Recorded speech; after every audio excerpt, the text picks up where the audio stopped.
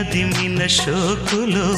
ఉరి విడిచిన నెమలికి సవతిగా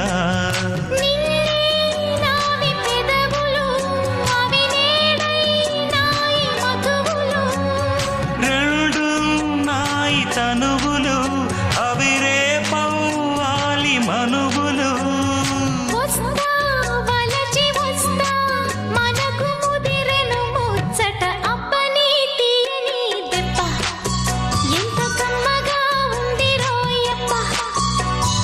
అమ్మ నేనున్న నీ బుగ్గ